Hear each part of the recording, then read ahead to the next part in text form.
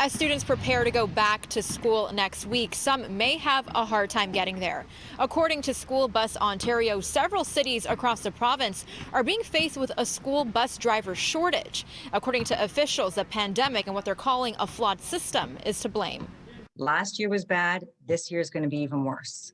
Low wages and the risk of contracting COVID are just some of the factors pushing school bus drivers away from the industry. We need to be competitive to attract a good, high quality type of driver to the profession. And right now, we're not competitive anymore. Nancy Daigneault, the executive director of School Bus Ontario, says cities that will be affected by the shortage of drivers includes Ottawa, Peterborough, parts of Northern Ontario, and communities in the GTHA.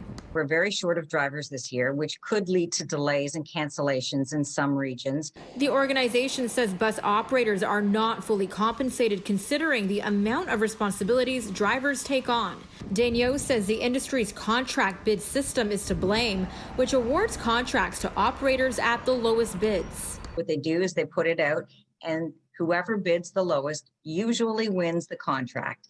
And when you have to bid the lowest, it will suppress driver wages, and it's become a real serious concern. School Bus Ontario says this suppresses driver pay, resulting in high turnover rates and the need to constantly attract new drivers.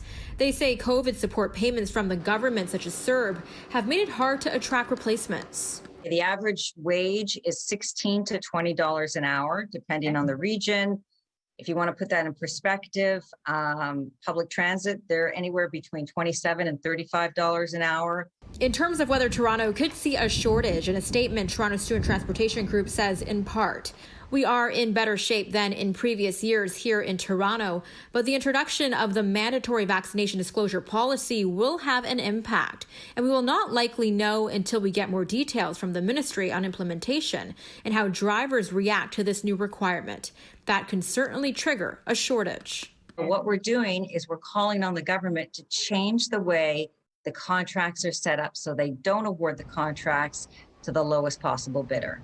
In a statement, the Ministry of Education tells us it's trying a number of things to keep drivers, including over the past 4 years and for the 2021-22 school year, it provides up to $2,000 of bonus payments to school bus drivers who stay on the job throughout the school year to reduce driver turnover. School Bus Ontario says there are typically about 18,000 school bus drivers per year, but with this decline, they're looking at several hundreds less. Melissa Nakhavoly, City News.